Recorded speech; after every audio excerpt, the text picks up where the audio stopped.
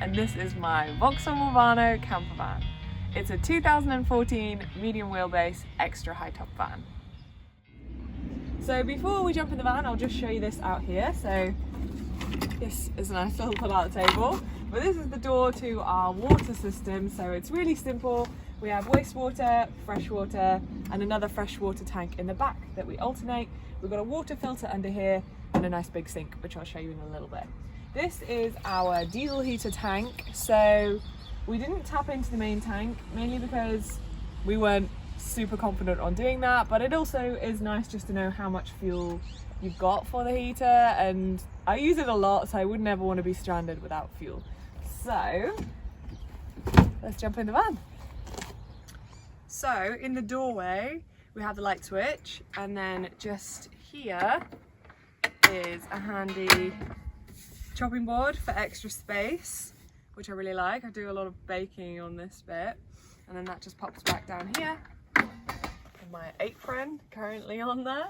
And then this door here, I absolutely love this. So this is a little hatch into the front.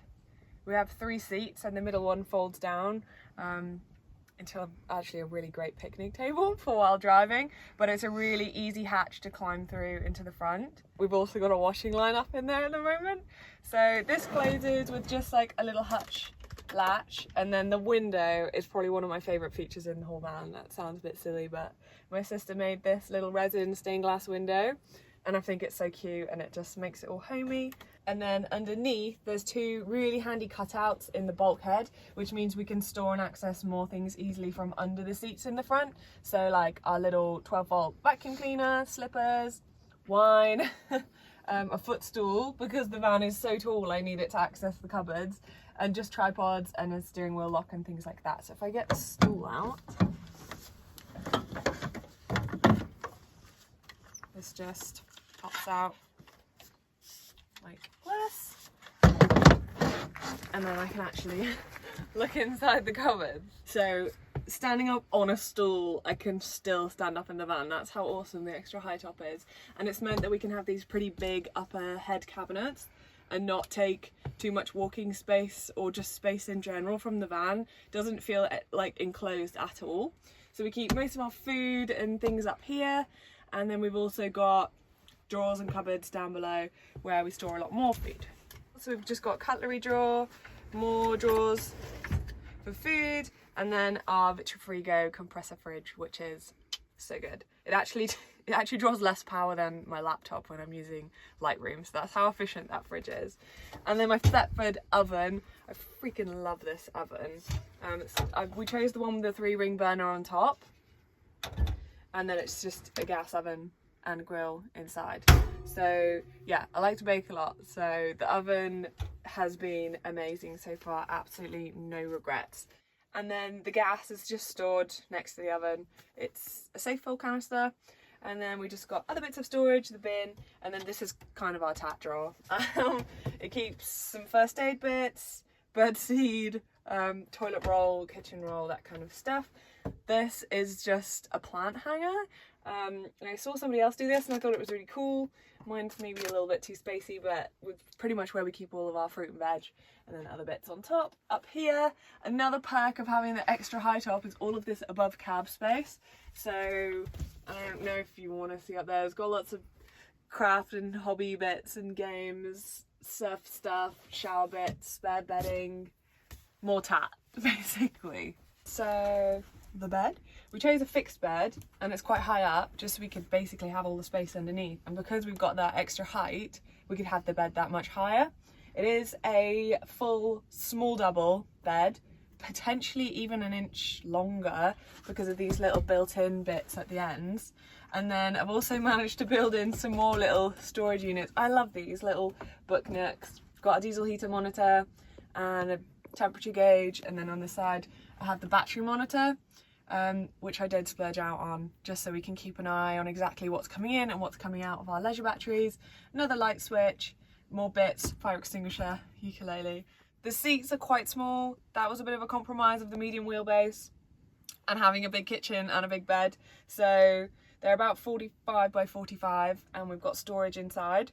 I won't show you because that's probably why the van looks so clean. This side of the unit for the sink, that's where the diesel heater outlet is and whale pump. So in here is like all of our bathroomy bits, you know, wipes, soaps, moisturizers, toothbrushes, all of that kind of stuff. And then here, so these are probably the majority of our sort of 12-volt outlets, because we do have this pull-out desk here. So then we can charge our phones and laptops if we're using the desk. And then a drawer underneath for our bits that we kind of just store in here while we're in here. We have some secret, secure places that we put things when we're not in the van, but obviously I'm not going to show you those. In here is where we keep our compost toilet. So the compost toilet just pulls out.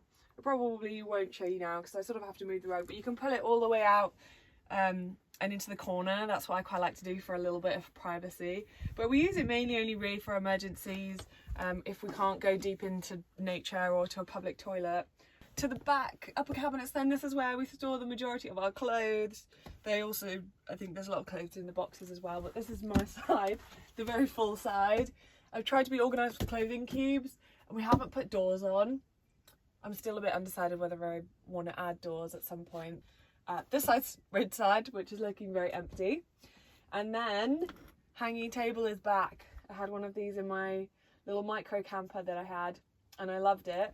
This is just a very cheap bath table that I bought from Aldi and made some 10mm holes in and just threaded some 10mm jute rope through and put some little carabiners on, and it's great just for working on the bed, putting a cup of tea on. It's really stable and it's adjustable as well, the way that I've tied it in there.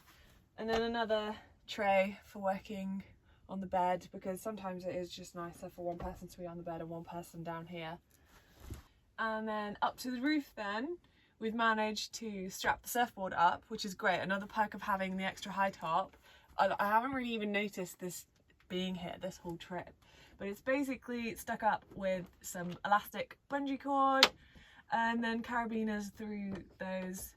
Rid did this in a fancy little setup, so I can't tell you that much more about it. So the surfboard is actually covering 2 of the lights at the moment, but because we're kind of into spring now, the days are longer and I've got fairy lights as well, it hasn't bothered us so much. So we have one main light and then all the fairy lights, and that has been plenty for us.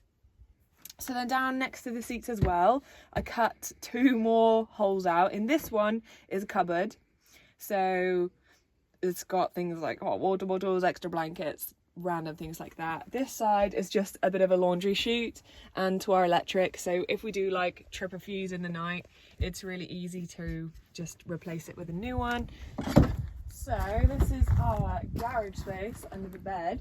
You can kind of see how big that is now actually. So in here we've got things like bouldering mat, paddleboard, all of our climbing gear, longboards, wetsuits, some smokeless logs, our fire pit, shower setup, boots, hammock, toolkit, everything like that. And then the electrics hidden under here. We have a pretty Victron setup. We've got the DC to DC charger from Victron and the solar MPPT controller.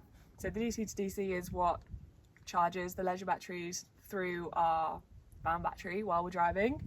So we've got 400 watts of flexi panels on the roof, and we've had absolutely no problems charging all of our things. We don't have an inverter, we just use battery packs. So like this Power Oak, and we have a slightly smaller one. And then we either charge those up while driving. I think one of them charges from the van. This one doesn't like it so much, does it? It has to be a really sunny day for this one to charge off the van. But then we have this fold-out solar panel. So on a really sunny day like today, we can just put this solar panel out to charge this battery pack, which is great. And it lasts actually for quite a long time. I think you get a good few days off of that, charging your laptop constantly. So for the shower setup, we just have one of these USB pump showers. We fill up the rubber bucket with cold water. If it's like a colder day, then we'll boil a few kettles and put that in. And then I just have this shower curtain, which we either put up across the back doors, or I do have like a metal, almost hula hoop setup that we can hang from the roof vent inside, and then we can have an inside shower setup. So I think that just about concludes the van tour. If you have any questions, drop them in the comments. I am also in the process of creating lots of little mini build videos with all of the build footage I have. So hopefully there'll be some videos showing you how I did each part of the van. So if you want to see more of that, hit subscribe.